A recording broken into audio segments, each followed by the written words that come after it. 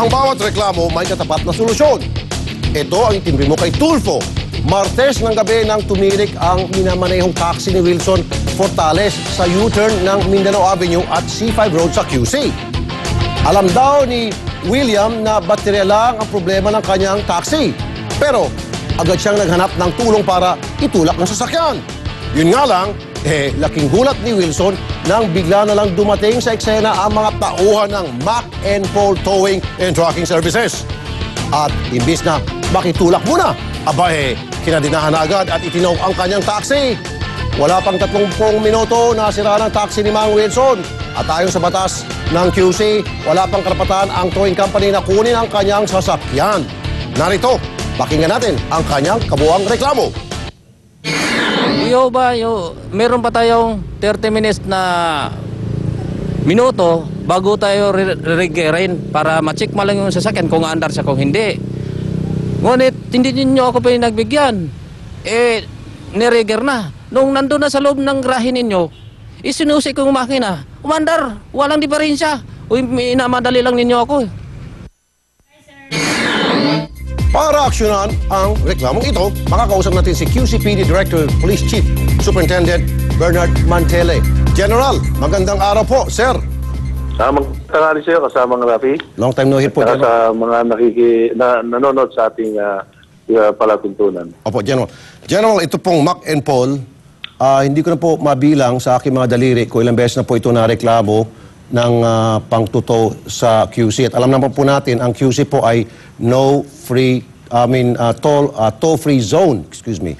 Ano po? Oo. And another thing, ito pong Mac and Paul, wala po itong accreditation sa MMDA, wala rin pong permit sa BPLO ng Quezon City. Bakit po hindi natin mapatigil-tigil ito pong Mac and Paul na ito, General Sir? Ganito po ang ginawa ko dahil alam ko na magkakaroon tayo ng ugnayan ngayon. Kinausap ko yung aking chief ng Traffic Enforcement Unit. At unang-una gusto natin ipaalam sa ating mga kababayan sa Quezon City na talagang walang pinapayagan ng ating mahal na mayor, si Mayor Bautista, na magkaroon ng towing company na nagsasagawa dito, nag-ooperate dito.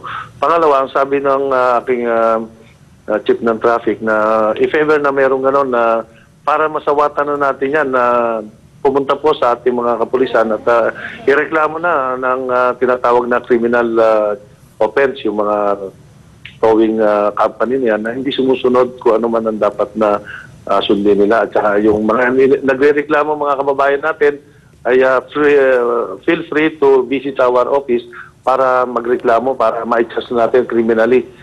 Opo.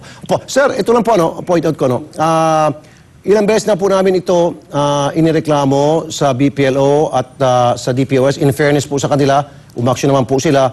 Ang kaso po, ang nangyari, yung bukas, sira bukas. Matapos po pasara ng DPOS at BPLO, nagbubukas po sa iba na namang lugar. So ang aking duda po, siguro marahil, meron po sigurong ilang mga opisyal dyan sa City Hall or sa ating kapulisan, mawalang galang na po, ang nagiging protector po ng mga ito kung kaya't meron po silang lakas ng loob na patuloy po gumawa ng mga illegal activities po sa QC. General Sir.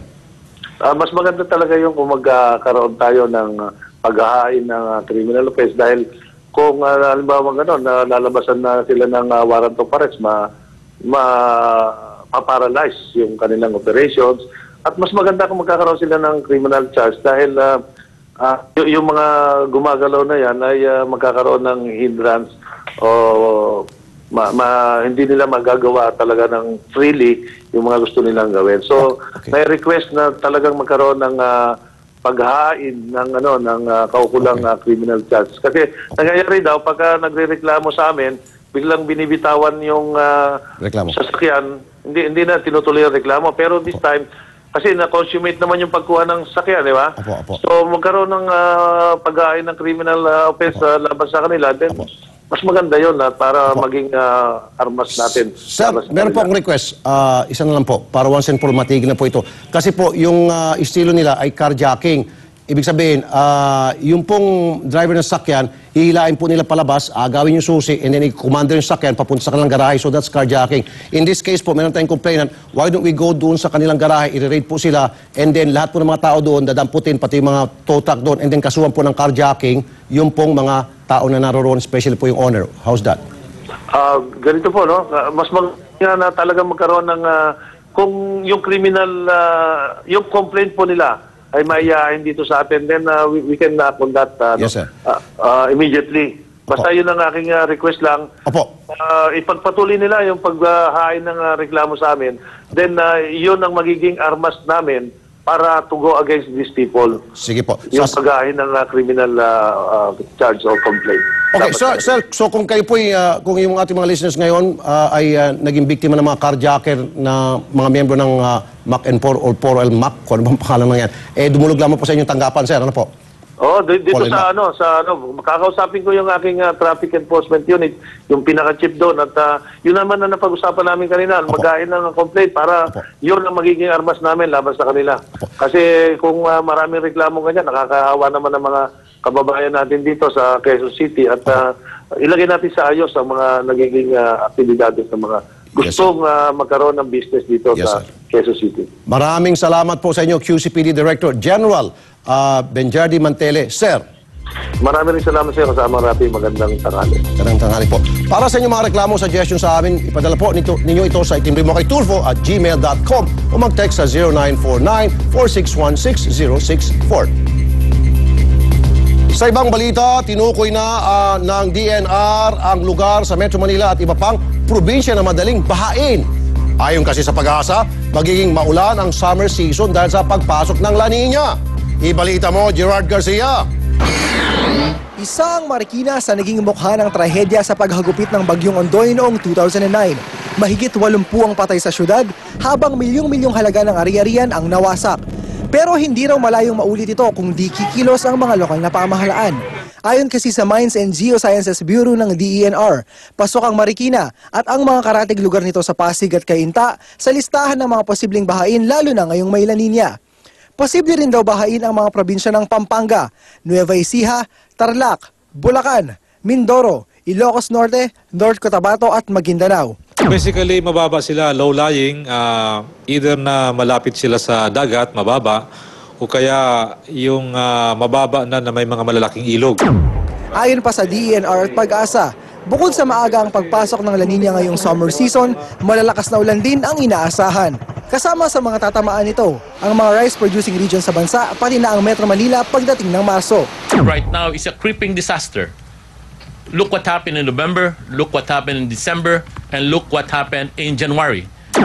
Paliguro naman ng pamahalaan, handa na sila para sa mga kalamidad.